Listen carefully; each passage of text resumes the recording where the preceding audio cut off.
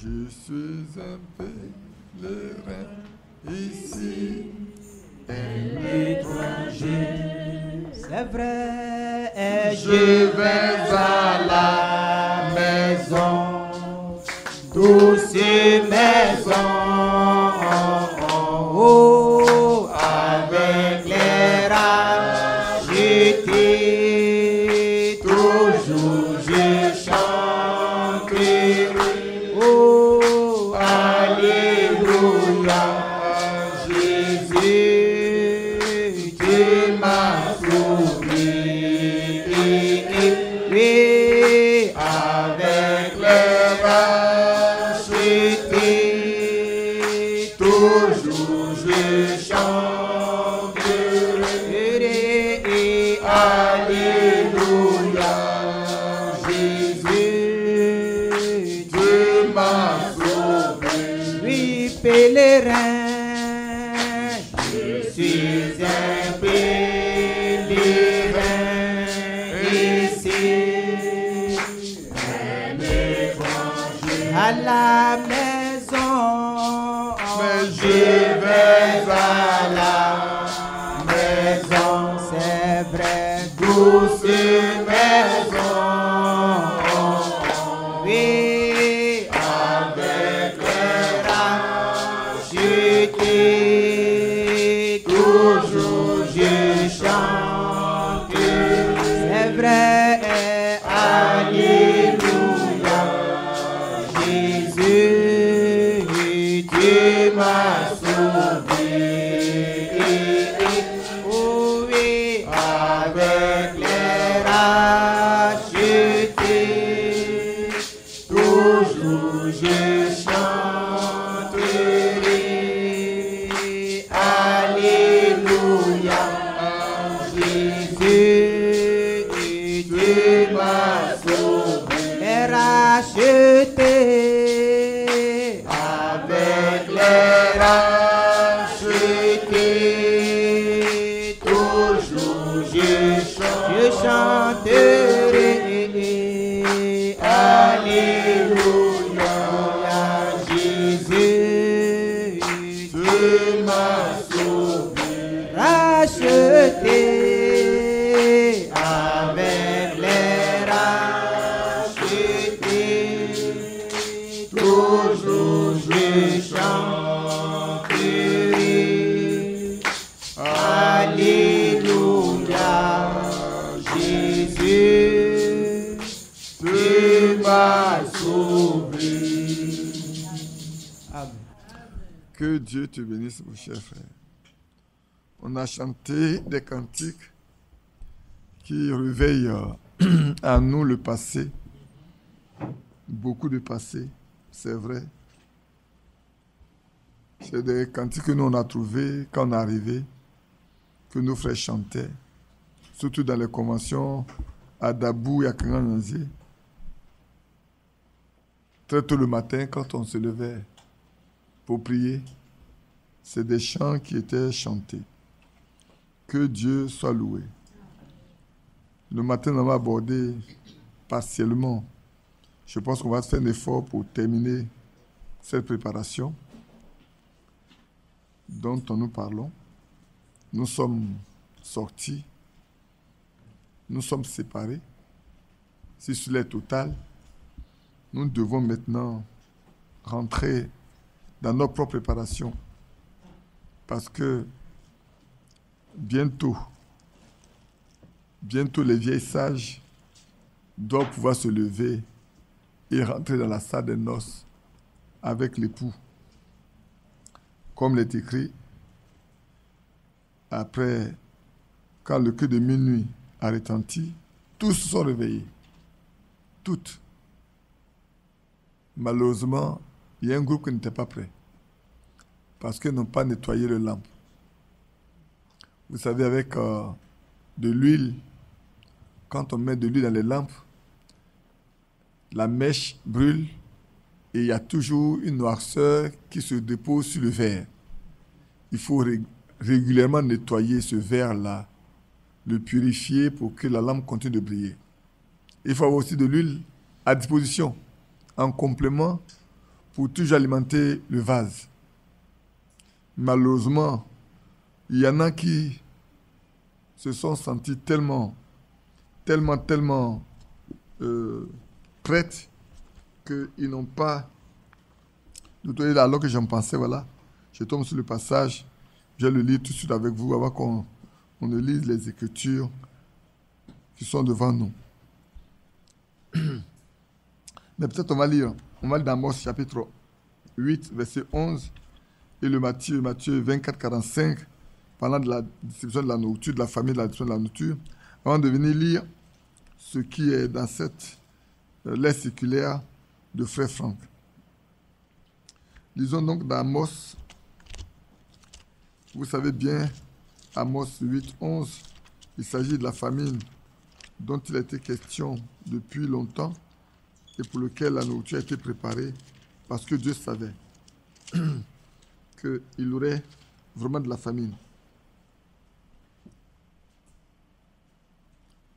Voici, les jours viennent, dit le Seigneur l'Éternel, où, c'est ça qui est très important, où j'enverrai la famine dans le pays, non pas la disette du pain et la soif de l'eau, mais la faim et la soif d'entendre les paroles de l'Éternel. Amen. Le Seigneur dit, c'est lui qui va envoyer cette famine-là. Elle ne viendra pas par hasard. C'est lui-même qui va l'envoyer. Ce n'est pas le fait de ne pas avoir le pain à manger ou de l'eau à boire. Mais c'est que les gens courant ici vont courir de là pour chercher la vraie parole, ils ne la trouveront pas. Et alors il y a la famine. Les gens vont courir ici, ils vont courir de là. Ils ne vont pas trouver ce qu'ils cherchent. Mais comme Dieu nous aime, nous autres,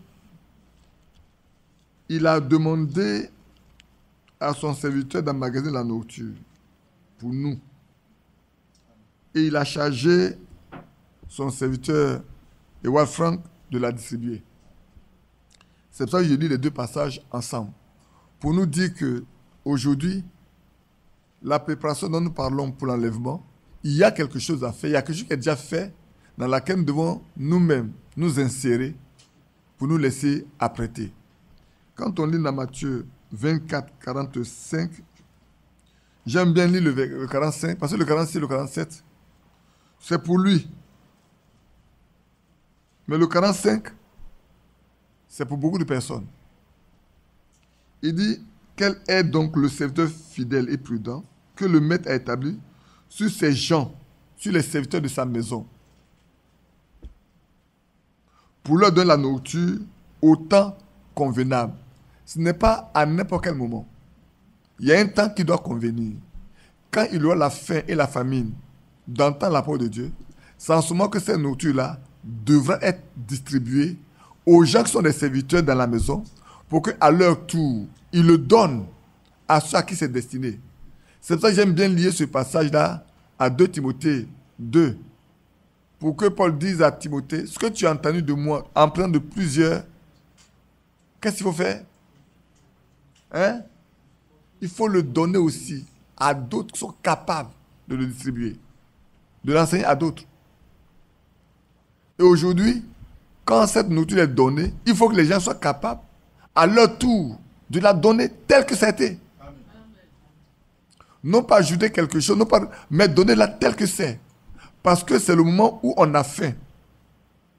Ce n'est pas donné à tout moment, mais à une période bien précise, pour que ceux à qui c'est destiné là, ils puissent prendre cela. Et vous voyez, comme on le dit toujours, ce passage-là précède juste Matthieu 25. Le 46 et le 47, on peut le lire, ça concerne « Heureux ce serviteur que son maître à son arrivée trouvait à faire ainsi. » Je vous le dis, il est très bien dans tous ses biens. Ça, c'est pour lui. Mais l'autre, il doit le donner à un groupe de personnes. Maintenant, la question qui se pose, qui aujourd'hui est-il serviteur dans la maison de Dieu, dans la main de qui la nourriture est donnée? Est déposée pour qu'il soit capable de donner. C'est là la grosse question. Aujourd'hui, tous nos problèmes à nous, c'est de se dire, Seigneur, on sait à qui tu as donné, maintenant dans la main de qui cette nourriture est tombée? et qui peut dire, moi aussi je suis serviteur de la main de Dieu. Je suis esclave dans cette maison-là. Afin que les gens n'aient plus faim, ils n'aient plus soif, mais qu'ils puissent vivre et se préparer pour aller rencontrer l'époux. Et tout à l'heure, je vous disais, frères, c'est le temps de préparer sa lampe. Je vais vous lire la lettre circulaire. Moi, je vous le lis seulement. Mars-avril 2007. Voilà la commission qu'avait reçue Frère Branham. De même que Jean-Baptiste fut envoyé comme précurseur de la première venue de Christ, le message qui t'a été donné sera le précurseur de la seconde venue de Christ. Amen. Ce message-là précède la seconde venue de Christ. Le message qui a été donné à Frère Branham là précède la seconde venue. Si ça précède là, c'est près d'hommes dans la main des personnes, que ces personnes croient, marchent avec ça pour se laisser préparer. Et c'est ce message qui est la nourriture qui est donnée. La nourriture qui est distribuée là, c'est ce message. Frère Branham ne dit pas le contraire. La nourriture qui est donnée là, c'est ce message que Dieu a donné à Frère Branham pour précéder sa seconde venue. Et je poursuis. En tant qu'homme de Dieu, Frère Branham a prêché le plein évangile, comme le fit l'apôtre Paul. Il a apporté le message entier de Dieu, en s'adressant particulièrement aux frères dans le ministère. Amen. En s'adressant particulièrement aux frères dans le ministère. C'est Frère Franck qui écrit. Donc, Frère Franck sait que ce qu'il lui reçoit là, il sait dans la main de qui ça doit tomber. Ceux-là, c'est à eux que Frère Branham parle. Il avait dit, vous ne devez pas interpréter la parole. Vous devez la laisser, vous ne devez pas la placer en dehors de son contexte et non plus l'envers. Dans la parabole de Matthieu 25, au sujet des 10 vierges qui allaient à la rencontre de l'époux, il est question des lampes de l'huile et du nettoyage des lampes. Frère Branham a dit, la chose suivante à ce sujet, c'est vrai, nous devons faire en sorte que nos lampes soient toujours remplies, afin qu'elles brûlent. Elles ne doivent pas s'éteindre. Vous savez, ceux qui connaissent les lampes tempêtes là, les gens appellent le lampant. Quand tu prends ça dans le chemin, dans la nuit, il ne peut qu'éclairer un pas. Tu avances. Celui qui est derrière là, s'il n'a pas de lampe, il va mettre dans l'obscurité. Et si tu ne veux pas mettre dans l'obscurité, tu dois avoir du pétrole, de l'huile dans ta lampe que quand tu marches, ça t'éclaire. Et le frère Favre qui peut-être on tente de le joindre, on n'arrive pas, il nous racontait cette expérience qu'il a vécue en Afrique centrale. Il était là et un soir, il devait aller parler à des gens. Il a pris la lampe. Et il marchait. Et puis, à un moment donné, il entend la voix qui dit, augmente la lampe. Augmente la lampe. Et il s'est arrêté, il a augmenté. Quand il a regardé devant lui, c'est un gros serpent qui passait. C'est-à-dire, un second pas, il le déposait sur le serpent. Et un coup de morsure pour lui, c'est déjà fatal cette nuit-là. Donc, vous voyez qu'on ne peut pas avancer plus d'un pas ou de 2 pas avec. Il a fallu qu'il s'arrête, qu'il monte la lampe et qu'il voie le serpent. Donc ici, notre lampe doit rester toujours allumée, nettoyée, claire, allumée. Où j'en suis. C'est vrai, nous devons faire en sorte que nos lampes soient toujours remplies, afin qu'elles brûlent. Ce que vous avez maintenant ne suffira pas, car le feu qui vient de l'huile produit de la suie. C'est pour cela que vous devez nettoyer les lampes. Vous devez nettoyer continuellement vos lampes et ainsi avancer sur la trace de la vocation céleste en Christ. Ça, c'est l'application de 24 mars 1963. Et il poursuit. Remarquez, c'est le temps de nettoyer les lampes, de sortir et d'entrer. Prédication du 27 novembre 65. Celui que j'ai lu ici ce matin, c'est du 28 novembre. Je crois que c'est du 28 novembre. 28 novembre 65.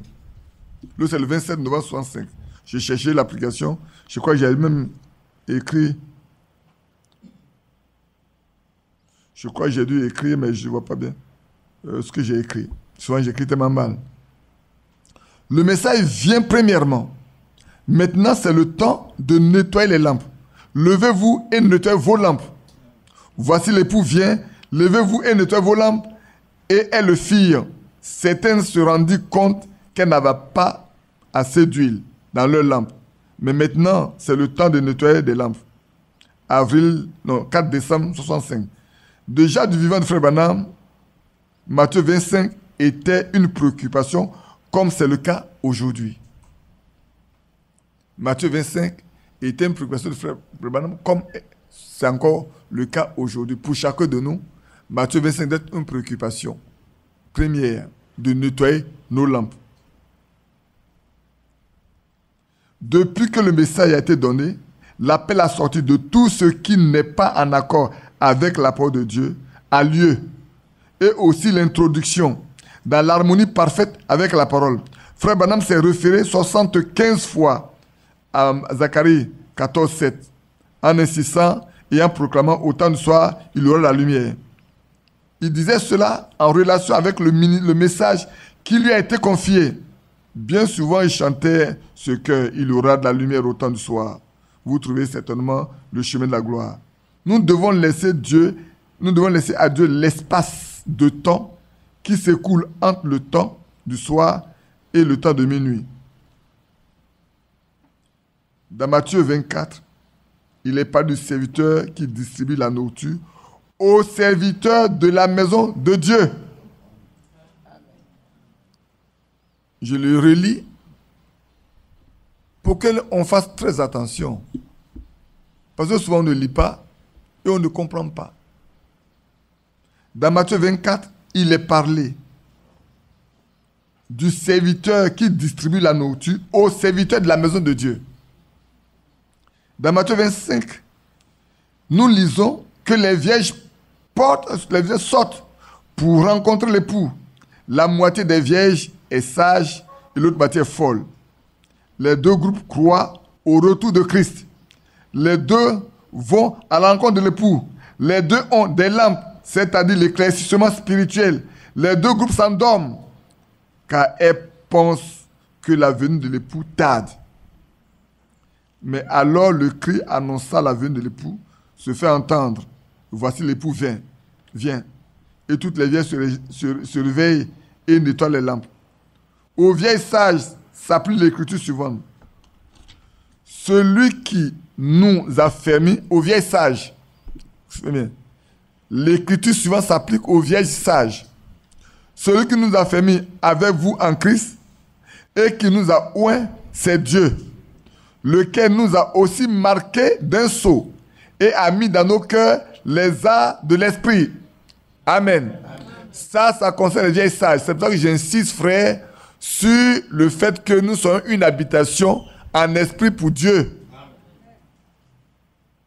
C'est 2 Corinthiens chapitre 1, le verset 21 au 22. Et aussi, en lui, vous aussi, après avoir entendu la vérité de l'évangile de votre salut, en lui, vous avez cru et vous avez été scellés du Saint-Esprit qui vous a été promis, lequel est un gage de notre héritage pour la rédemption de ceux que Dieu s'est acquis à la louange de sa gloire. Amen. Nous savons, mais c'est Éphésiens chapitre 1, verset 13, verset 14. Notre gage pour le salut, c'est le Saint-Esprit. Le gage que tu iras jusqu'au bout, c'est le Saint-Esprit. C'est pour ça que le matin on a lu, en dehors de l'Esprit de Dieu, on n'est pas chrétien.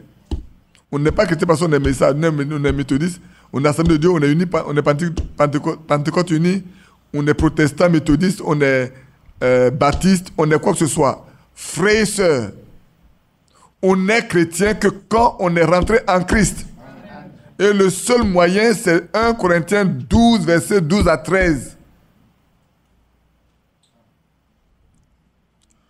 Une onction charismatique n'est pas suffisante. Ceux qui croient réellement doivent recevoir la parole de la vérité comme la semence divine dans leur cœur pour être scellés du Saint-Esprit. Vous avez bien écouté? Je le relis. Ceux qui croient réellement doivent recevoir la parole de la vérité comme la semence divine dans leur cœur. Si la semence divine n'est pas dans votre cœur, elle ne sera pas scellée. Pour qu'elle soit scellée par le Saint-Esprit, c'est cette semence divine-là que le Saint-Esprit vient sceller. Mais il faut qu'elle loge dans notre cœur. La parole de la vérité et l'esprit de la vérité vont ensemble. Alléluia. La parole de la vérité et l'esprit de la vérité, les deux vont ensemble. Maintenant, écoutez bien ça. Vous qui êtes en ligne, écoutez. Vous qui allez écouter demain, écoutez. La dernière œuvre directe du Saint-Esprit. Je vais le reprendre. La dernière œuvre directe du Saint-Esprit se manifestera, j'avais envie d'ajouter seulement. Ce n'est pas écrit, hein, mais j'avais envie d'ajouter seulement. Parmi les vierges sages. Je l'ai dit à plusieurs reprises, aujourd'hui je vous le lis.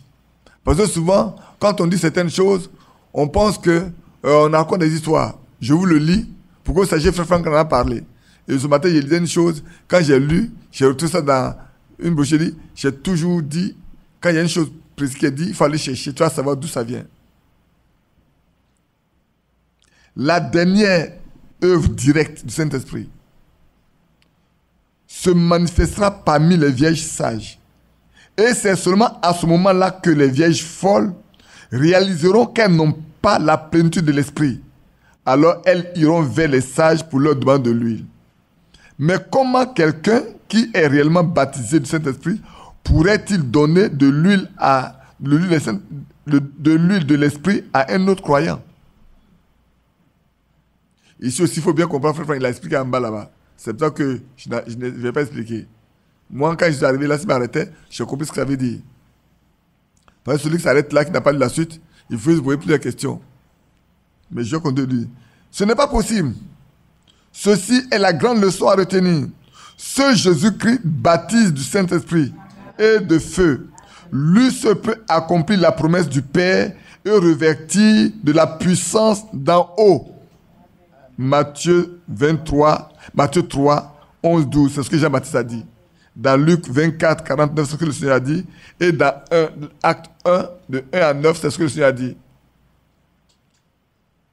Lors de son premier sermon, au jour de la Pentecôte, l'apôtre Pierre ordonna que les croyants soient baptisés d'eau et annonça le baptême du Saint-Esprit. Les sages croient, comme le dit l'Écriture. Elles sont baptisées par immersion dans l'eau au nom de Jésus-Christ et reçoivent le baptême du Saint-Esprit comme confirmation de leur foi. De même qu'Abraham a eu la confirmation par le sceau de la circoncision que sa foi a été acceptée, nous aussi, le seul moyen que nous avons pour que nous sachions que notre foi est acceptée, c'est que nos corps soient circoncis et que Dieu met son esprit en nous, comme l'a dit tout à l'heure. Il faut que dans nos cœurs là, la plénitude de la parole de Dieu saine reste là, la bonne semence soit là, pour que le Saint-Esprit vienne le sceller, vienne sceller cette semence. Que Dieu nous bénisse. Maintenant, peut-être les sages n'envoient pas les folles à Jésus-Christ, qui baptise du Saint-Esprit, mais à ceux qui en vendent, à ceux qui donnent l'impression qu'ils peuvent transmettre aux autres la puissance du Saint-Esprit. C'est pour ça qu'il le dit, allez chez ceux qui en vendent. Parce que Jésus n'en vend pas. Vous savez bien que quand Simon le magicien a demandé à Pierre, il veut leur donner de l'argent pour qu'on ait le pouvoir, afin que lui aussi puisse donner le Saint-Esprit à qui il voudra. Pierre lui a dit que ton argent, toi, tu payes avec ton argent. Tu n'as pas de l'autre, n'a rien à voir avec cette affaire-là. Que Dieu aide chacun de nous, afin que nous sachions que c'est le moment. La préparation, hein? On est dans la préparation, non? Je vous lis les choses de la préparation. Je vous lis ce qui doit vous permettre d'être prêt. Parce que la préparation doit un jour s'arrêter. Quand tu vas voyager, tu te prépares, il y a un moment où tu prends le voyage. Quand tu rentres dans le voyage, tu ne te prépares plus. Si tu achètes le billet d'avion, tu achètes le billet d'avion. Tu as fait une valise, tu achètes la valise. S'il y a des nouveaux habits, tu les achètes. Mais une fois que tu as bouclé la valise, tu as fini, le billet d'avion est fait, tu as le passeport, tu as ton visa. Quand tu arrives à l'aéroport et que tu t'es fait enregistrer, tu ne prépares plus rien d'autre. Tout ce que tu attends, c'est qu'on dit embarquer. Quand ceux qui sont chrétiens, quand ils embarquent, ils baissent la tête, ils prient, ils disent Seigneur, on te confie le vol, garde-nous. Tu n'as plus rien à faire. Le vol te prend jusqu'à destination. C'est ce qui va se passer. Tu as manqué l'avion, tu l'as manqué. Si c'est un avion qui passe une fois par an, invente un autre.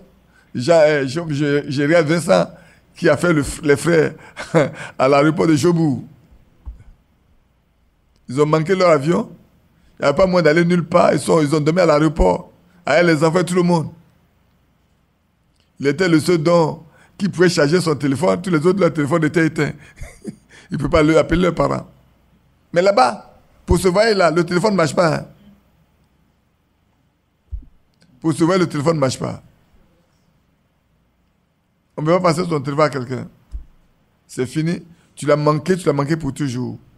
Frère, c'est ce jour-là. Vous voyez, ici, il y a une chose qui est dite, mais qui est passée inaperçue. C'est à ce jour-là que les folles vont se rendre compte qu'ils n'ont pas de l'huile et qu'ils doivent demander. C'est à ce moment-là. Pour le moment-là, maintenant, personne ne se rend compte de quoi que ce soit. Tout le monde dit je suis dans la bonne voie. Tout le monde dit je suis sur le bon chemin. Tout le monde dit je suis le meilleur croyant. Mais ce jour-là, la réalité apparaîtra. Tu as prêché, ce jour-là on saura si ta prédication est bonne. Tu as chanté, ce jour-là on saura si c'est avec le Saint-Esprit que tu as chanté. Tu as prophétisé, on saura si ton âme était habitée par le Saint-Esprit par lequel tu as parlé. Tu as été diacre, tu as été ancien, on verra ce jour-là. Si c'est le Saint-Esprit qui t'a établi, évêque, c'est ceux qui t'ont échu, ou c'est les hommes qui t'ont choisi. Ce jour-là, c'est un jour fatal. C'est un jour fatal. La séparation va être totale et nette, bien-aimé. C'est pour ça que maintenant, le temps est venu. Vous savez, je voulais lire quelque chose simplement. Je le lis ici. J'ai beaucoup de choses à vous lire, hein, frère. Vous devez être fidèle jusque dans les moindres détails. Il a toujours ce petit renard qui gâte tout, la vigne. Ce qui compte, ce ne sont pas les grandes choses que vous faites. Ce sont les petites choses auxquelles vous ne faites pas attention. Les petites choses auxquelles vous ne faites pas attention, là, c'est ça qui compte. C'est vrai que vous êtes fidèle dans les moindres détails. Aujourd'hui, on est appelé à observer, à regarder dans les moindres détails. Qu'est-ce qui se passe dans ma vie, dans notre vie, dans mon environnement? Qu'est-ce qui se passe? Ne fermez pas les yeux. Prenons garde, frère. Nous sommes au temps de la préparation. La nourriture, là, c'est le Seigneur qui a créé la faim. Ce n'est pas venu au hasard. Il dit moi-même, là. Moi-même. On a lu dans la chose, non? Moi-même. C'est moi qui enverrai la faim. Mais entre-temps aussi, j'enverrai la nourriture. Et pour nous, la faim vient, mais il a préparé également la porte de sortie. Mais aujourd'hui, la distribution est faite. Vous voyez, Frère Franck a dit, dans sa lettre de 60 ans de ministère, là, il a dit, vers la fin, Frère Branham a fait sa part. Moi, j'ai fait ma part. Maintenant, la nourriture entre les mains des prédicateurs qui doivent la distribuer. C'est ce qu'il a dit tout à l'heure, non? Mais j'ai posé la question. C'est tombé dans les mains de qui? C'est là où le problème se pose. C'est tombé dans la main de qui pour qu'elle soit distribuée? Tous sont-ils des serviteurs dans la maison de Dieu? Tous sont-ils les moissonneurs ou les ouvriers que le Seigneur lui a poussés dans sa moisson? C'est en cela que nous qui sommes des croyants, nous devons faire attention. À quelle source buvons-nous?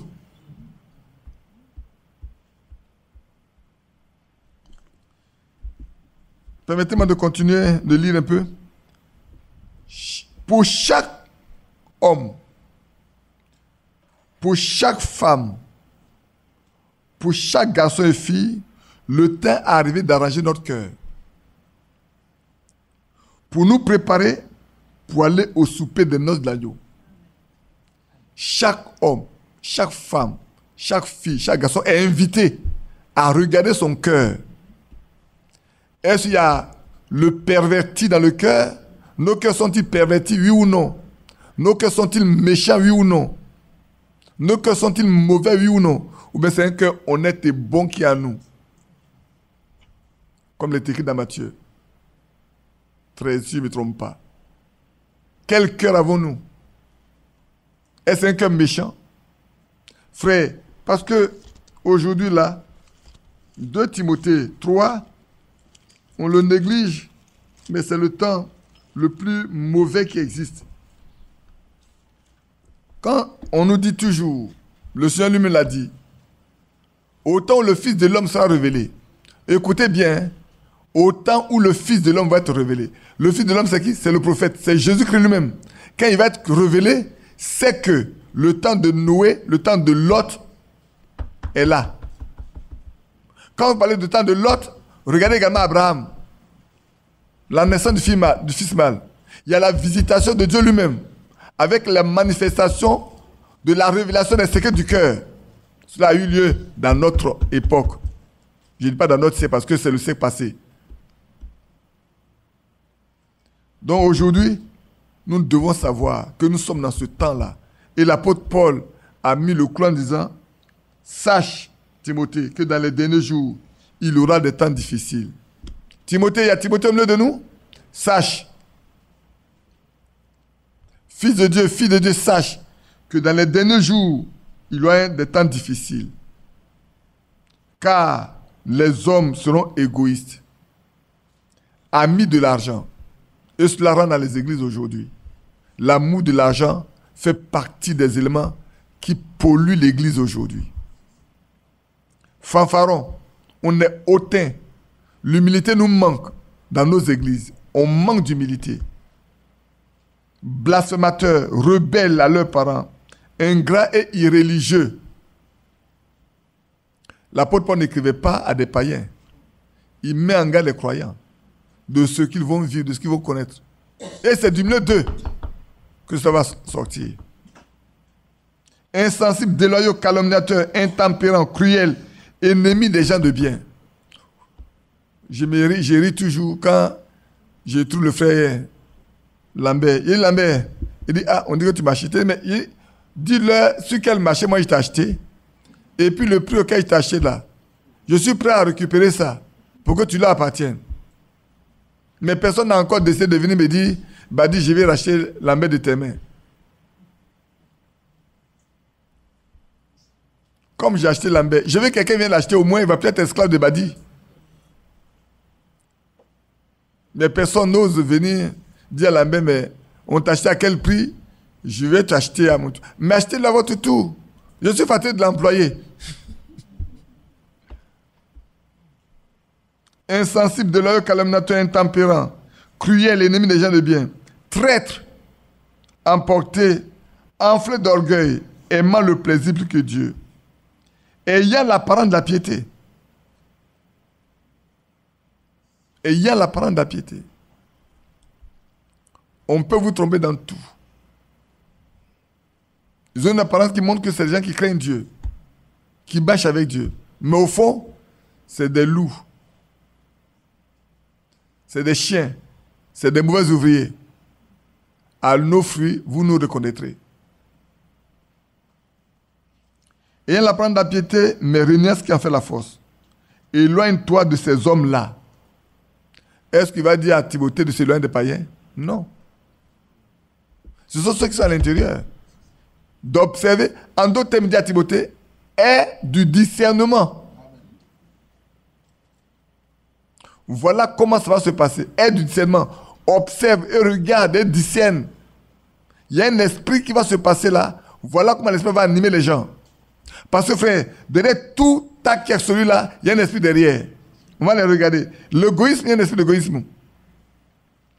Ami de l'argent, c'est maman, il est derrière. Fanfaron, il y a un esprit. Il est hautain, il est blasphémateur, Saint-Esprit. Il est irréligieux, Saint-Esprit. Vous vous souvenez bien quand Frère Benoît a prêché les démonologies.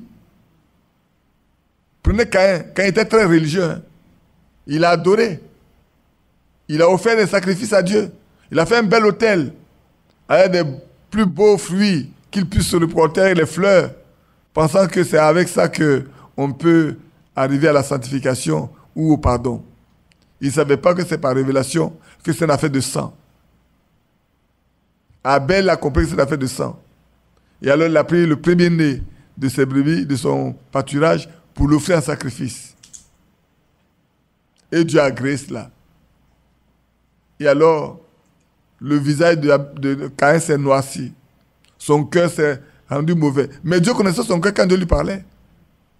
Il savait où il allait arriver. Frère, prenons garde. Ayant l'apparence de piété, mais rien qui en fait la force. Éloigne-toi de ces hommes-là. Il en a parmi eux qui s'introduisent dans des maisons et qui captivent de faibles femmes chargées de péché, agitées par des passions de toutes espèces. Alors vous allez recevoir la visite de tel frère, telle personne. C'est des frères, sœurs. Faites attention, prenez garde. Faites attention, prenez garde. Ayez le discernement. On poursuit. Et c'est pour ça que dans 2 Corinthiens 13, 5, il dit, examinons nous-mêmes pour voir si nous sommes dans la foi. Le temps est arrivé où chacun de nous doit s'examiner pour voir si tu es dans la foi. Si tu n'es pas dans la foi, tu ne peux pas te préparer. C'est souvent ceux qui sont dans la foi qui peuvent se préparer. Les moyens qui ont été donnés, on a lu le matin, comme je viens de lire tout à l'heure. Frères, premièrement, croyons, laissons cette semence divine-là venir se pénétrer dans notre cœur pour qu'il soit scellé par le Saint-Esprit. Aussi longtemps il n'y a rien dans le cœur, on ne peut rien sceller. Vous savez, quand Frère Branham parlait du signe, il a donné l'exemple d'un conteneur, d'un wagon qu'on scelle. On remplit le wagon, le contrôleur vient regarder, est-ce que tout est bien placé? Si tout n'est pas bien placé, on ne le scelle pas. Jusqu'à ce que le wagon soit bien scellé, bien rempli, on a bien rangé tes faits, alors on met le seau dessus. Et personne ne peut rompre ce seau jusqu'à destination. C'est Vincent, lui, l'habitude de faire le dédouanement, il sait comment les conteneurs sont. On ne peut pas dépoter le conteneur si le douanier n'est pas là. De même qu'on ne peut pas fermer le conteneur là-bas, on ne peut pas faire l'emportage s'il n'y a pas un douanier là-bas qui contrôle d'abord. Il contrôle le contenu, il voit tout, il connaît le connaissement, il voit que ce qui est dedans est en ordre avec le connaissement, alors il emporte le conteneur. Et quand ça arrive à destination, si vous voulez le dépoter, il faut que le douanier soit là, avec le connaissement pour regarder si le contenu est conforme. Si maintenant vous avez fraudé, alors vous aurez payé des amendes. Faites attention. Ici, il n'y a pas d'amende à en faire. Mais la plus grosse amende, c'est que tu n'iras nulle part. Tu resteras ici. Et c'est important pour que chacun nous le sache. C'est pourquoi dans 2 Pierre 1, 10, je le lirai encore. Laissez-moi lire ça pour voir qu'est-ce que j'ai écrit. Dans 2 Pierre chapitre 1. Oui, c'est vrai.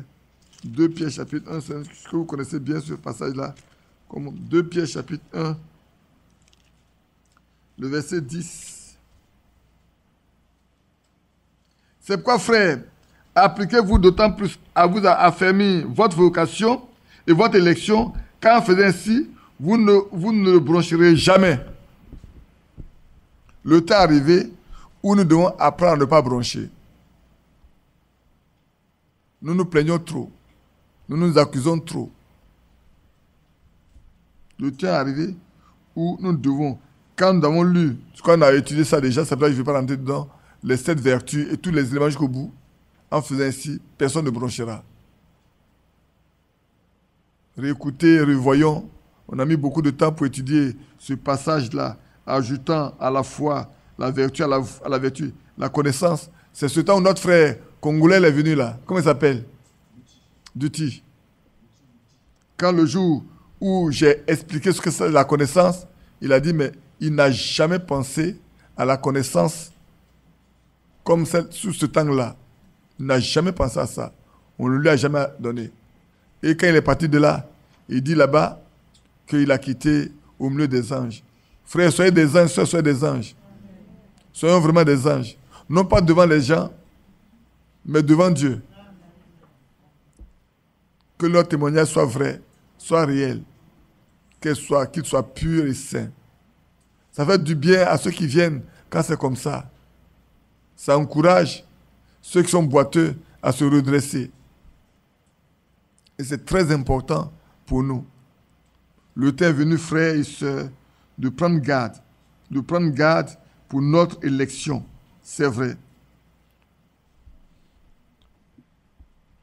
Je lis également avec vous 1 Corinthiens. Et là également, on parle de la préparation. Là, vous le savez bien, c'est au cours de la Sainte Seine. Ouais, on nous demande toujours de nous préparer, même au cours de la Sainte Seine. On va le lire un peu aussi. 1 Corinthiens 11. Je lis juste le verset 26 et 27. Les deux seulement. Pas tout ce qui concerne la Sainte Seine. Car toutes les fois que vous mangez ce pain et que vous buvez cette coupe, vous annoncez la mort du Seigneur jusqu'à ce qu'il vienne. C'est pourquoi celui qui mange le pain ou boira la coupe du Seigneur indignement sera coupable envers le corps et le sang. Et quand on allons plus loin, il dit, c'est pour ça qu'avant de prendre, nous devons nous attendre les uns les autres. Pour que chacun de nous se mette à part pour prier, pour examiner les derniers moments de sa marche, pour voir est-ce qu'il y a quelque chose, il n'y a rien qui cloche, qui peut l'amener à pécher contre le corps de Christ. Parce que chaque fois que nous prenons la Sainte Seine, nous annonçons la mort du Seigneur jusqu'à ce qu'il vienne. C'est pour nous rappeler qu'un jour, Golgotha a eu lieu.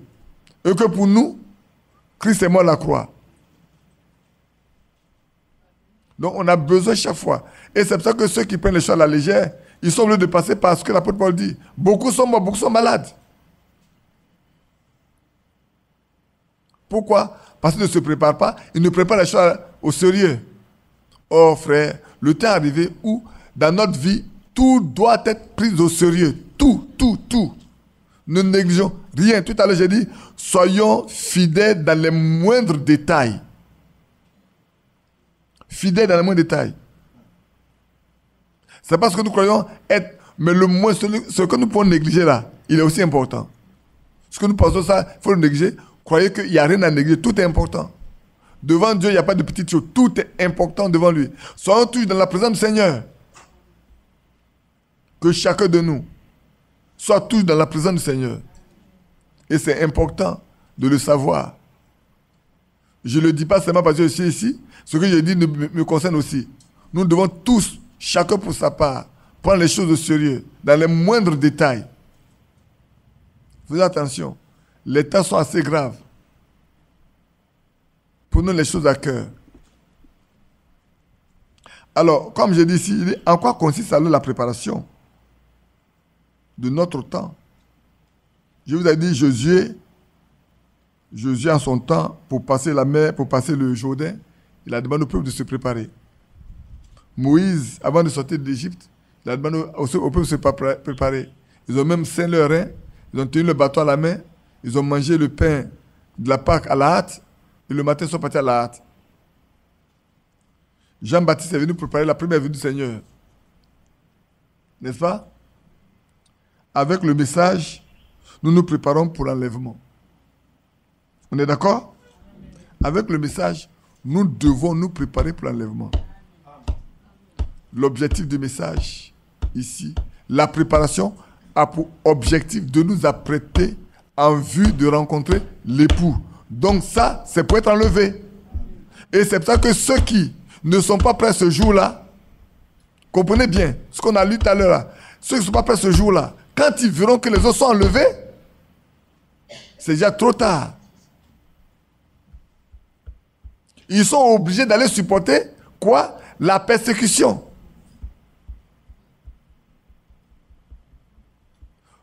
Pour sceller les témoignages par leur propre sang. Parce que ce qui a été dit auparavant devenait une réalité et, comment je peux appeler ça, criant devant eux. Une réalité tellement fou qu'ils pourront dire, mais c'est pas possible. Nous étions tous ensemble. Mais nous pensons que nous étions, attends, nous marchons. Non, tu pensais. C'est pas le temps de penser. Ce n'est pas le temps de réfléchir. C'est le temps d'agir. Maintenant, c'est le temps d'agir. Ne réfléchis pas, c'est le temps d'agir. Et frère, c'est le temps où, dans notre cœur, une chose doit dire. Tu es fils de Dieu. L'Esprit de Dieu doit rendre témoignage à ton esprit que tu es un enfant de Dieu. Et si tu es un enfant de Dieu, tu dois être conduit par l'Esprit de Dieu. Car on ne peut être conduit par l'Esprit de Dieu ceux qui sont fils de Dieu. Et ceux qui sont fils de Dieu sont conduits dans toute la vérité. Quand l'Esprit de Dieu, l'Esprit de vérité viendra, il vous conduit dans toute la vérité. Il n'annoncera pas autre chose. Hein? Il prendra ce qui est à moi et vous l'annoncera. Bien-aimés, que le Seigneur nous aide. Nous sommes arrivés à un temps crucial. J'ai encore beaucoup de versets. On va regarder et puis on va terminer. Tout à l'heure, je vous ai dit la purification par la sanctification. On a lu ça ce matin. Je ne vais pas revenir encore là-dessus. Je veux que vous sachiez, frère, aujourd'hui, nous devons nous laisser sanctifier par la purification, par le lavage d'eau de la parole. La parole doit nous laver, elle doit nous nettoyer, elle doit nous purifier. Pour que nous soyons blancs comme neige, blancs comme laine. Seule la parole de Dieu peut le faire. C'est pour ça que le Seigneur a dit, Père, sanctifie-les par ta vérité, car ta parole est la vérité. Et à la fin, il a dit, qu'ils soient un, comme toi et moi, nous sommes un. Qu'ils soient un en nous. Bien-aimés, c'est le temps où chacun de nous doit... Écoutez, celui qui n'est pas uni à Christ ici maintenant, il peut pas être uni à Christ aux noces. Pour aller aux noces, il faut d'abord avoir l'union ici. Amen. Si tu n'es pas dans le corps là, où tu es allé? Qu'est-ce que tu vas t'emporter? Rien. L'union se fait d'abord ici. Il y a la première réunion avant la dernière réunion. Mais celui qui n'a pas cette union ici, il ne peut pas monter. C'est ce que les gens n'ont pas compris quand j'ai parlé. C'est écrit dans 1 Corinthiens 12. C'est écrit dans Jean 17. Nous devons être un entre nous, mais être un en lui. En lui, nous devons être un avec lui. Ici bas. C'est pas haut qu'on va porter le fin lin. Le fin lin, ce sont les œuvres justes des saints. C'est ici qu'on pratique les fin lin. C'est ici, les œuvres là, c'est ici. Il faut les porter à partir d'ici. C'est ici qu'on porte le fin lin. C'est pas où tu vas le porter ça. C'est quand tu le portes, tu peux partir.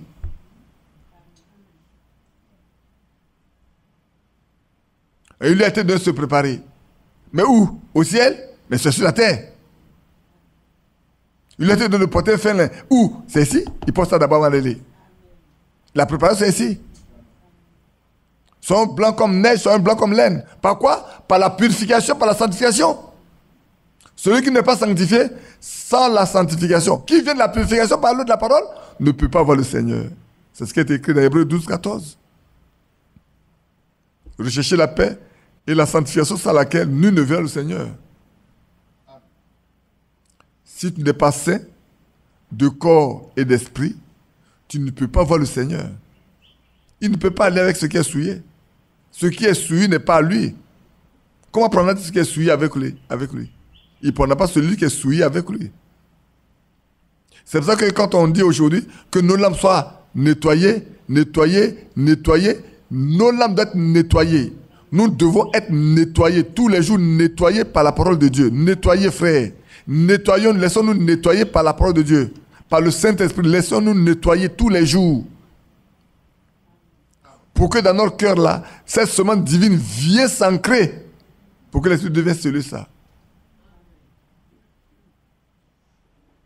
Oui, frères et sœurs, les temps sont très mauvais, mais c'est aussi les moments les plus doux pour ceux qui veulent marcher avec le Seigneur. Parce qu'ils vont expérimenter ce qui était promesse. Les apôtres des autres, c'est une promesse, mais un jour, alléluia. Je me demandais, le jour là, est-ce que je vais dormir même? Je ne sais pas si je pourrais dormir. Quand je verrai que Dieu nous a visités, je me couchais sur mon ventre toute la nuit pour dire Seigneur merci. Ce que nous avons attendu depuis des mois et des années, tu l'as accompli aujourd'hui. Oh, sois élevé. Si on arrive, on dit de prêcher, on dit j'ai fini de prêcher. Mais quel qu'il en soit, on continue encore de parler parce qu'on doit maintenir la marche jusqu'à ce qu'on soit élevé sur la nuée pour aller à la rencontre du Seigneur dans les airs. On ne doit pas terminer qu'il ne vienne lui-même. La fin sera là que lorsque il sera venu nous chercher. Sinon, on est tout tenu de garder la lampe allumée. Or, pour garder la lampe allumée, il faut toujours avoir de l'huile. Il faut toujours écouter, lire, méditer, prier, écouter, lire, méditer, prier, entendre. La foi ne doit pas baisser. Vous savez bien que dans Luc 17, je crois, il pouvait dire, mais voilà ce que dit le juge unique. Mais lorsque le Fils de l'homme viendra, est-ce qu'il trouvera la foi sur la terre? Oui, il doit pouvoir trouver cette parole-là sur la terre. Les gens la gardent parce que la foi vient de ce qu'on entend. Ce qu'on entend vient de la parole de Christ. La véritable parole doit encore être là.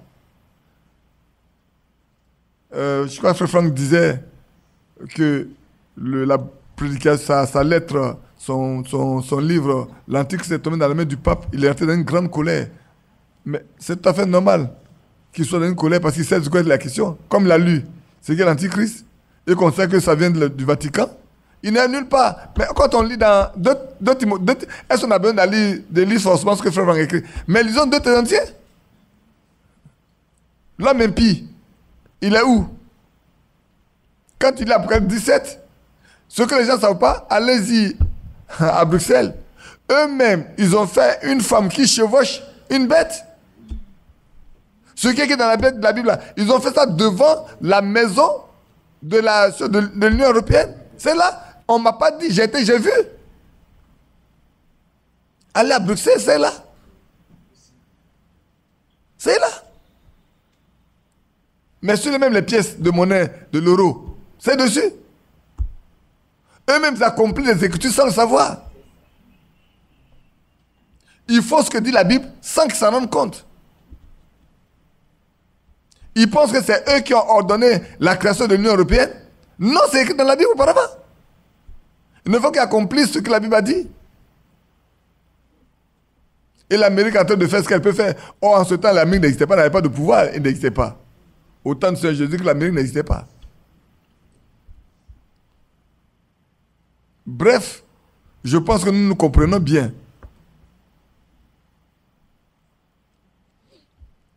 Donc, laissons-nous purifier. Et puis, l'apôtre Paul nous a donné des exemples également, que je veux qu'on regarde. Vous connaissez, il a donné les exemples des athlètes et des combattants, des soldats. C'est pas vrai? On va le lire quand même un peu. Comment se préparent les athlètes? Dans 2 Timothée 2. Quelqu'un dit, mais qu'est-ce que cela a à voir encore avec la préparation pour l'enlèvement? Mais vous savez, on tire des leçons de la nature, on les amène dans la foi pour savoir exactement comment les choses se passent. Qu'est-ce que, quand Jean-Baptiste est venu là, il a tellement vécu dans le désert, il parlait de quoi? Il parlait d'arbres, de serpents, de vipères, de ceci. Mais c'est ce qu'il rencontrait dedans là-bas. Et c'est vrai. Beaucoup souvent sont surpris que Frère Branham parle de la pêche, de la chasse, mais c'est ce qu'il pratique dans la vie courante. Donc quand il vient, quand il en parle, celui qui n'est pas habitué à ça, il dit, mais attends, c'est son histoire là, tous ces pêches, chasse, jusqu'à, avant que tu lises l'application même déjà, tu as lu 3, 4, 5 pages. Tu dis, mais attends, ce qui fait qu'il y a beaucoup de personnes qui n'arrivent pas à lire. Parce que quand tu lis ça, c'est ceux qui sont des littéraires, qui aiment avoir déjà, comment on appelle ça, quand il y a un test, le drame dedans, ils aiment voir les drames dedans pour aller où on va et tout, la démonstration de ceci et tout. Quand ils ne voient pas une démonstration comme nous, prenons le cas où on a écouté Être conduit, où il ne parle que de la chasse, de cet homme avec la nature, un seau avec de l'eau, des pommes, et ainsi de suite. Si tu n'es pas patient, tu vas te demander, mais attends, où il m'envoie avec cette affaire-là? Mais où il t'envoie là? Ça a mené quelqu'un qui est un incrédule à comprendre que tout est fait par Dieu et que la nature, il y a un esprit qui est au-dessus, qui gouverne tout. Comme un enfant posait la question à Einstein, est-ce que toi tu crois en Dieu? Il lui a dit, Je n'ai pas le temps de répondre, mais donne-moi ton adresse. Et l'enfant lui a donné son adresse. Il a répondu à l'enfant. Il dit, tous ceux qui sont véritablement impliqués dans la science finiront par toujours comprendre qu'il y a un esprit surnaturel supérieur qui gouverne tout. Il n'a pas dit le nom de Dieu, hein, mais il y a un esprit qui est supérieur à tout ça. Quand on dit qu'il y a un esprit qui est supérieur à tout ça, c'est qui? C'est Dieu. Parce qu'il y a un esprit qui est derrière, qui a créé toutes les lois. Les lois ne sont pas venues comme ça. Il y a quelqu'un qui a créé toutes les lois de la nature qui existent. C'est Dieu. Sinon, tout n'allait pas fonctionner aussi parfaitement que ça. Regardez, par contre, nous, encore, peut-être, on ne voit pas bien les saisons, mais chez eux, les saisons sont bien ordonnées. L'été, quoi? L'automne, l'hiver, le printemps. L'été, l'automne, l'hiver, le printemps. Et c'est bien calé. Tu as manqué une saison, tu perds les autres saisons. Prenons les gens qui, au mois du printemps, ils ne sèment pas. Comment ils peuvent récolter en été pour attendre l'automne et l'hiver? Si tu n'as pas pu, c'est pour ça qu'on dit, allez-y apprendre avec les fourmis. Ne sois pas paresseux. Ne dors pas. Quand le moment arrive de semer, elle va semer. Il ne faut pas dire, il fait encore un peu froid. Non, il ne fait pas encore un peu froid. Vas-y, il y a un peu de fraîcheur, mais vas-y. Défriche rapidement. Ensemence. Pour que quand le soleil va bien se lever, alors tu vas partir mûrir avec le soleil. Quand le soleil vient là, alors tout mûrit. Alors tu peux récolter pour qu'en automne, en hiver, tu aies à manger. Parce que tu ne dois pas manger. Tu n'auras pas de semences, de semailles pour les prochaines récoltes. Les prochaines semailles, tu n'en auras pas. Et c'est vrai. Avant, chez nous également, si tu n'as pas saison sèche, tu n'as pas bien défriché ton champ, ensemencé avant qu'il ne vienne pleuvoir, tu es déjà en retard. Tu ne vas rien avoir à manger après. Frère, la nature, Dieu l'a créée de manière... Et c'est pour ça que, frère, on peut partir de la nature pour parler des choses de Dieu. Dieu est la nature. Donc, revenons maintenant à 2 Timothée 2. 2 Timothée 2. Après verset 3 jusqu'au verset 6, on va le lire. Souffre avec moi comme un bon soldat de Jésus-Christ. Amen. Il n'est pas de soldat qui s'embarrasse des affaires de la vie, s'il veut plaire à celui qui l'a enrôlé.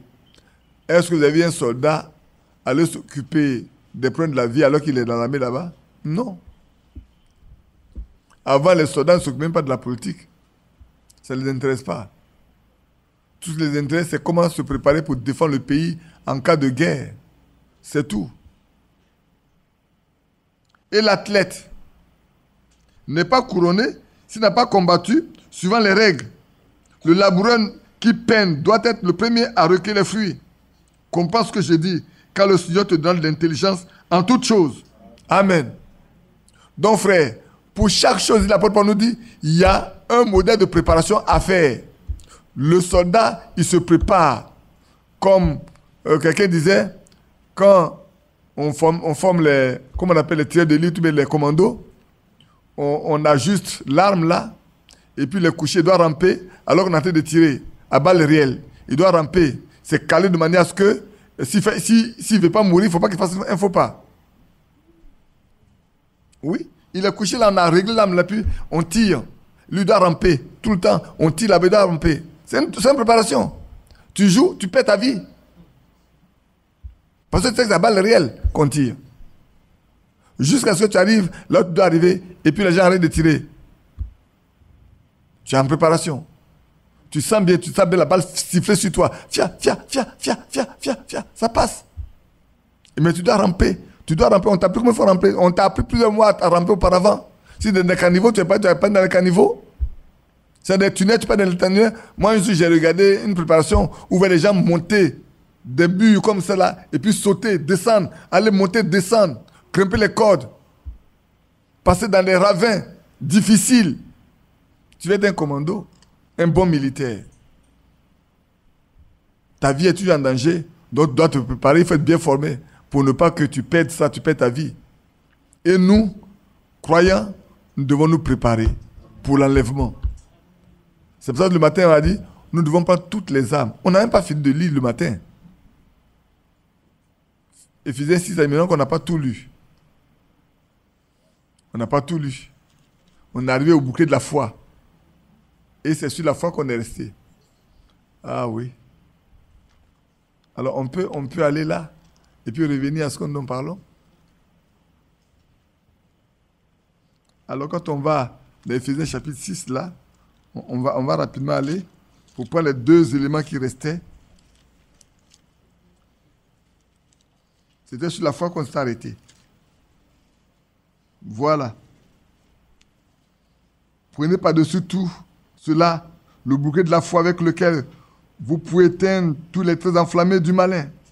Prenez le casque du salut et l'épée de l'esprit qui est la parole de Dieu.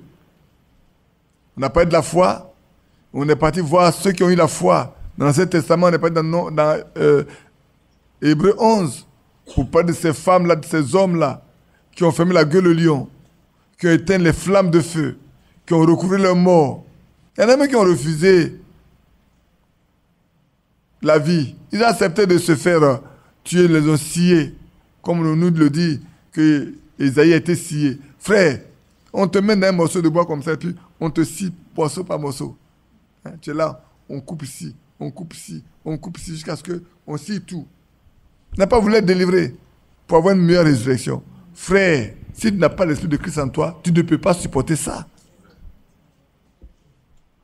Humainement parlant, tu ne peux pas. Si tu n'as pas l'esprit de Christ en toi, tu ne peux pas. Je le disais encore ce matin, où on prenait les jeunes filles, on les mettait nus, on les jetait dans les arènes, des lions qui sont très affamés. On prenait des femmes enceintes, on les fendait pour discuter du sexe de leur enfant. Et un incrédule disait, comment un Dieu si bon, il peut être assis en haut là-bas, puis croiser les bras, son gros ventre, et puis regarder les gens qui meurent ici, puis dire que lui, il est un bon Dieu. Un Dieu comme ça n'existe pas, c'est un méchant. Mais c'est comme ça, toi, tu comprends. La Bible n'a jamais dit ça ainsi. Il est mort pour nous, nous mourrons pour lui. C'est tout. C'est le chemin par lequel il veut que nous passons. Nous acceptons de passer par là. L'apôtre Pierre a dit, je ne suis pas dit qu'on me crucifie la tête en haut, les pieds en bas. Crucifiez-moi la tête en bas, les pieds en l'air. L'apôtre Paul a été guillotiné. On lui a coupé le cou. Et beaucoup d'autres comme ça sont morts ainsi. Dans les martyrs des catacombes, allez voir. Les gens sont contents quand on livre les croyants aux batailles avec comment on appelle les gladiateurs. Il y a un croyant qui s'est battu avec tous les animaux. Il a tué les lions, il a tué tout. Et puis un jour, on l'a affronté à un homme. Il a jeté son épée. La Bible dit, tu ne tueras pas. Si je me présentais des animaux, je me battrais. Mais un homme, non. Le gars vient le poignarder, il est mort. Il a accepté de mourir, tuer, c'est lâche. Et on a crié, oh! Quelqu'un te dit, moi, je ne tue pas, je jette mon épée. Tu dois te dire, je ne peux pas me battre comme quelqu'un au main nues. Alors, mais jette aussi ton épée, viens le trouver. Mais tu viens gaillardement, puis tu poignardes son cœur. Et là, je dis, ouh, allez, allez, allez, frère. Et puis nous disons, nous sommes des chrétiens. Nous. On est assis dans ce salon-là. Il y a un peu de climatiseur, il y a un peu de ventilateur et tout.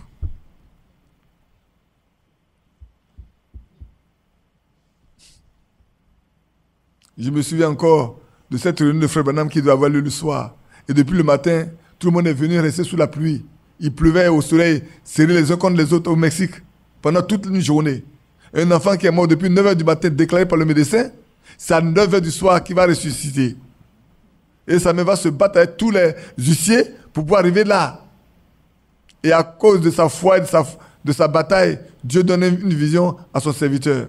Parce qu'elle n'avait pas de carte de jeu de prière, et elle ne peut pas passer.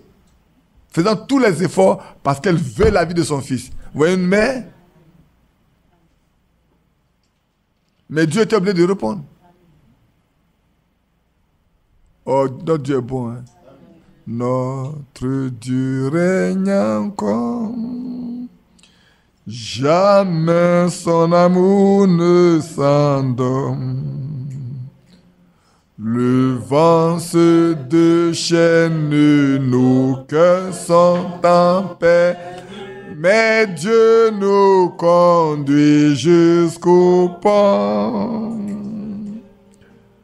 Notre Dieu règne encore. Jamais son amour ne s'endorme. Ce qu'il nous promet reste vrai pour jamais.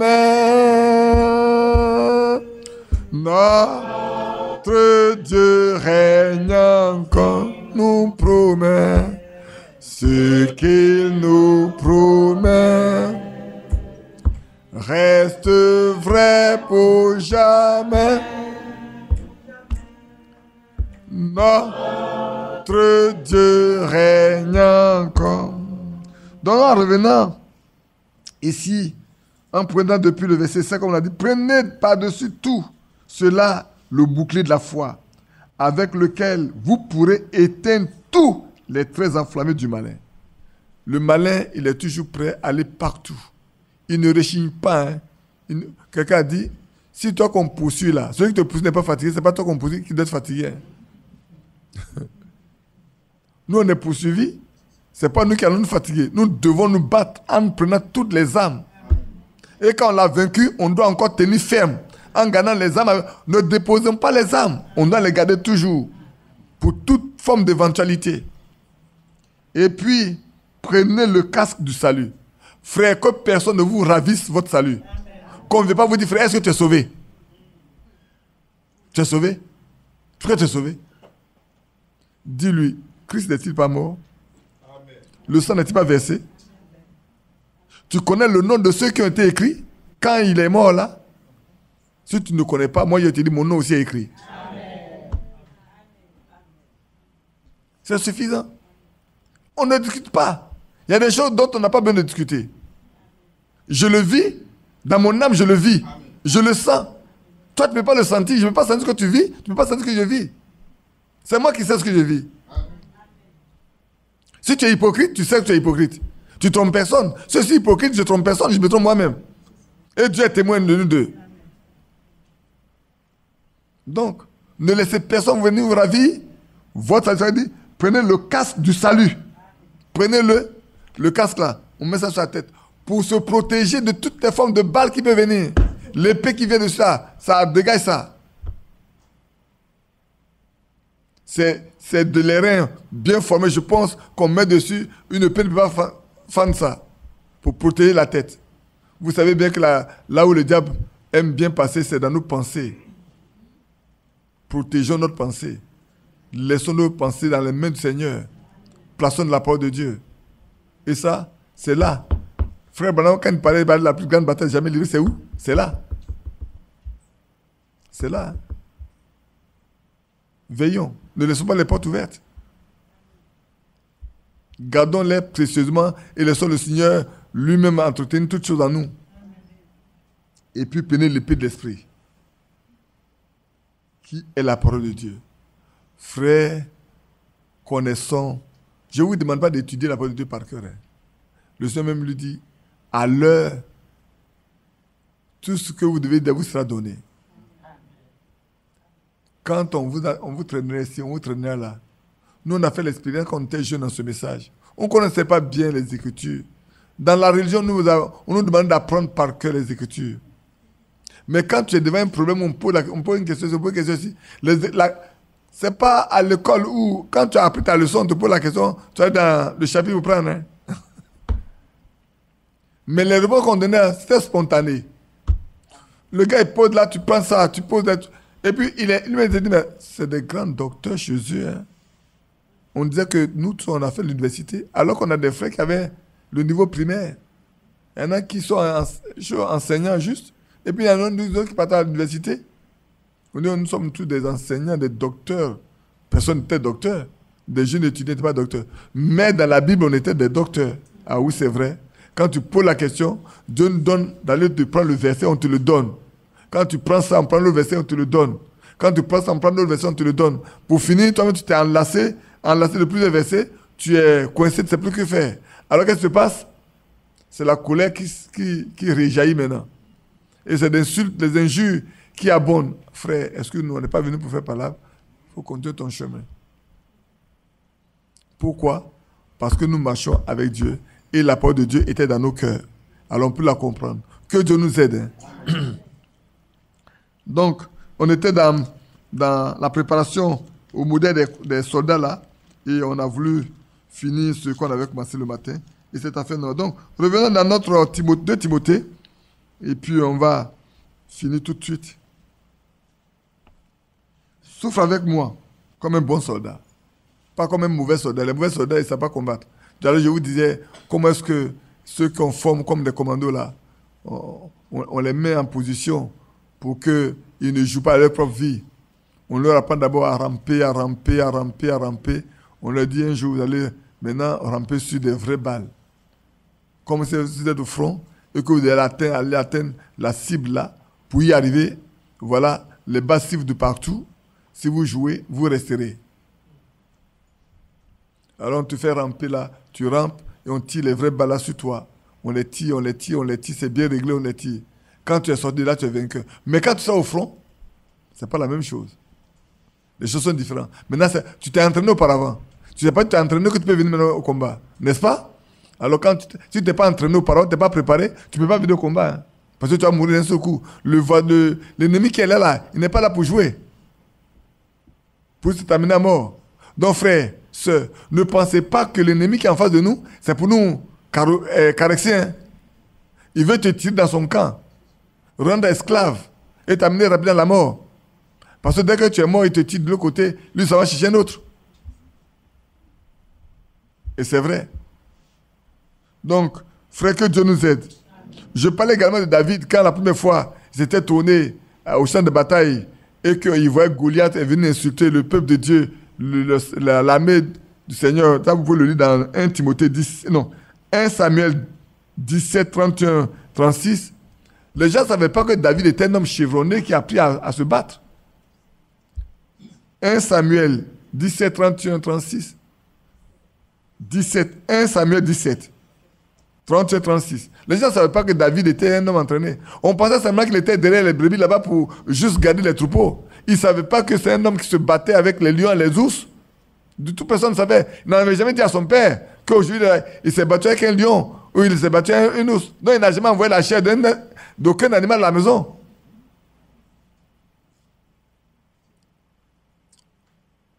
Il s'entraîne dans le secret. Et c'était une préparation de haut niveau. Dieu savait qu'un jour, il va affronter un ennemi de taille. Et alors Dieu le faisait passer par un entraînement, un véritable entraînement super. Préparation. Son maître était le Seigneur lui-même. Ce n'était pas un homme qui le préparait. Son maître était le Seigneur lui-même. Et c'est beau hein, de voir. C'est pour ça que le vrai croyant, c'est le mec qui le prépare. C'est le seul qui le prépare. Les épreuves viennent pour te préparer. Les situations complexes viennent devant toi pour te préparer. Alors, c'est pour ça que la fois on a lu dans Jacques, chapitre 1, le verset 20. Le verset 12 plutôt. Jacques 1, 12. Vous vous souvenez bien. La tentation, avec patience. Et l'épreuve et la promesse de la couronne de vie que le Seigneur donne à ceux qui l'aiment. C'est vrai. L'épreuve est faite. Et comme je disais, regardez bien. Vous voyez, quand vous prenez le psaume chapitre 1, je pense qu'on arrive bientôt à la fin. Permettez-moi de terminer ici. C'est tellement peut-être je vais m'arrêter ici. Oui, il est juste 16 heures. On n'a pas fait longtemps, hein. C'est bon. On va faire juste 1 heure de temps.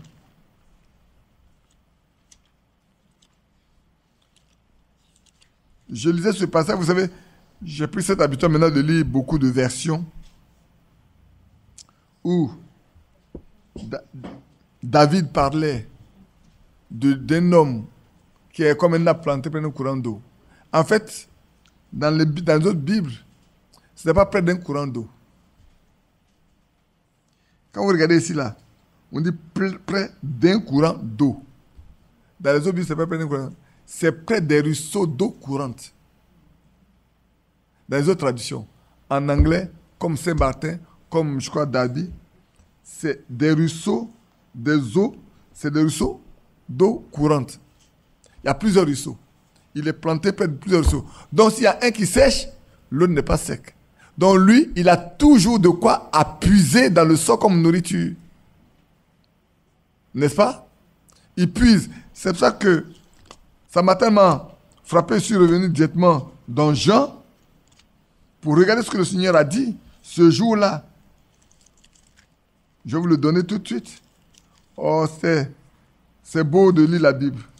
Non, oui, dans Jean. Disons dans Jean, je crois que c'est dans Jean 7 ou 8, si je ne me trompe pas. Mais je vais vous le lire tout de suite. Voilà. C'est bien dans Jean 7. Dans Jean 7 avec verset 37. Prenez les deux ensemble, vous allez voir. Vous prenez un psaume chapitre 1, le verset 3, et vous lisez dit, des eaux courantes des ruisseaux.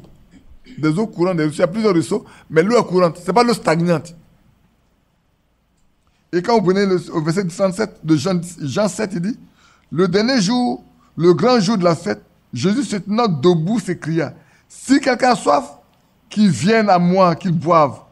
Celui qui croira en moi, des fleuves d'eau vive couleront de son sein, comme le dit l'Écriture. Amen. Or, si des fleuves d'eau vive coulent de votre sein, vous ne pouvez jamais être sec.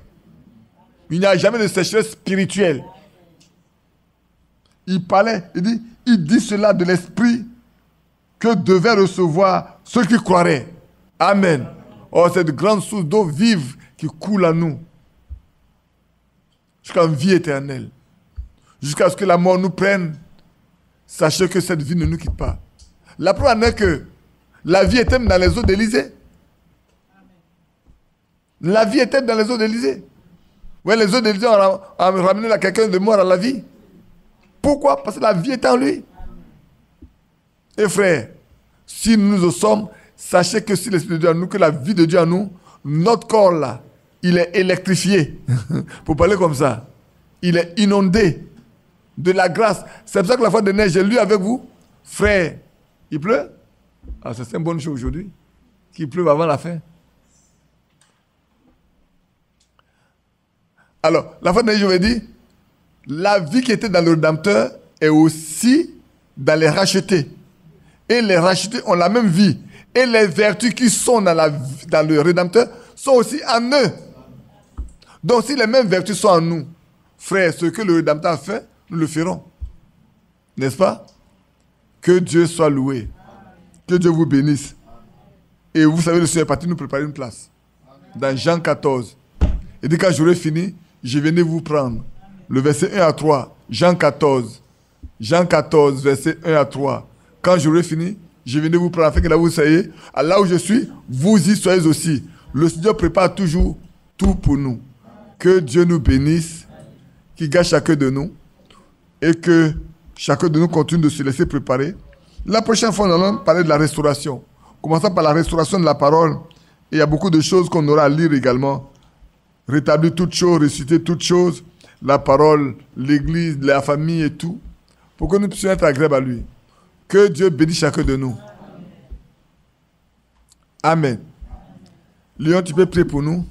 Et puis tu peux, si tu veux entendre un cantique qu'on chante, et puis tu nous recommandes au Seigneur. Et demander au Seigneur d'arrêter la pluie pour que nous puissions rentrer tranquille à la maison sans être dérangés par la pluie aujourd'hui. Celui qui met en Jésus une pleine confiance. Jamais ne chancelle. Complète est sa délivrance. Par la foi, par la oui, dommage, par la foi, par la foi, nous triomphons, oh oui, nous triomphons, par la foi, bon rédempteur, oh oui, bon rédempteur, me rendra plus que vainqueur. Bien-aimé Père Céleste, nous te sommes une fois de plus reconnaissants. Amen. De ce que celui qui met en toi une pleine confiance, jamais ne chancelle. Amen. Complète est sa délivrance. Oui, Jésus. Que toute l'honneur et la gloire te reviennent. Amen. Ton serviteur rendait ce matin témoignage de ce que pendant 3 années, ta grâce a été pour nous. Amen. Mais nous savons également que toute chose concourt au bien de ceux qui aiment Dieu. Amen. Que toute l'honneur et la gloire te reviennent. Oui, Jésus. Si ton désir est que nous rentions à pied sec, Amen. que maintenant même cette pluie s'arrête. Amen. Amen. Sinon, que ta volonté parfaite se fasse. Amen. Parce que toi, tu es le maître des temps et des circonstances. Au reste, reste avec nous. Reste avec nous. Que cette foi dont nous avons entendu parler ce matin, qui vient de ce qu'on entend de la parole de Dieu, soit dans notre cœur. Amen. Et que cette semaine, nous puissions chacun nettoyer à nouveau sa foi. Amen. Afin qu'elle puisse produire des fruits. Amen. Nous te le demandons. Guéris une fois de plus encore les malades. Oui, Seigneur. Nous sommes venus charger pour nous-mêmes, pour un parent, pour un ami, par des soucis de la vie. Oui. Au nom de Jésus-Christ. Amen. Que chacun soit déchargé. Oui, Jésus. Et que la paix que tu donnes habite notre cœur. Reste avec nous. Reste avec nous. Jusqu'à la prochaine rencontre. Oui. Au nom de Jésus. Amen. Amen. Amen. Que Dieu bénisse chacun de nous. La réunion est terminée. Pour vous qui êtes en ligne, que Dieu vous bénisse aussi. La réunion est terminée. La prochaine fois, nous allons aborder la restauration. Simplement.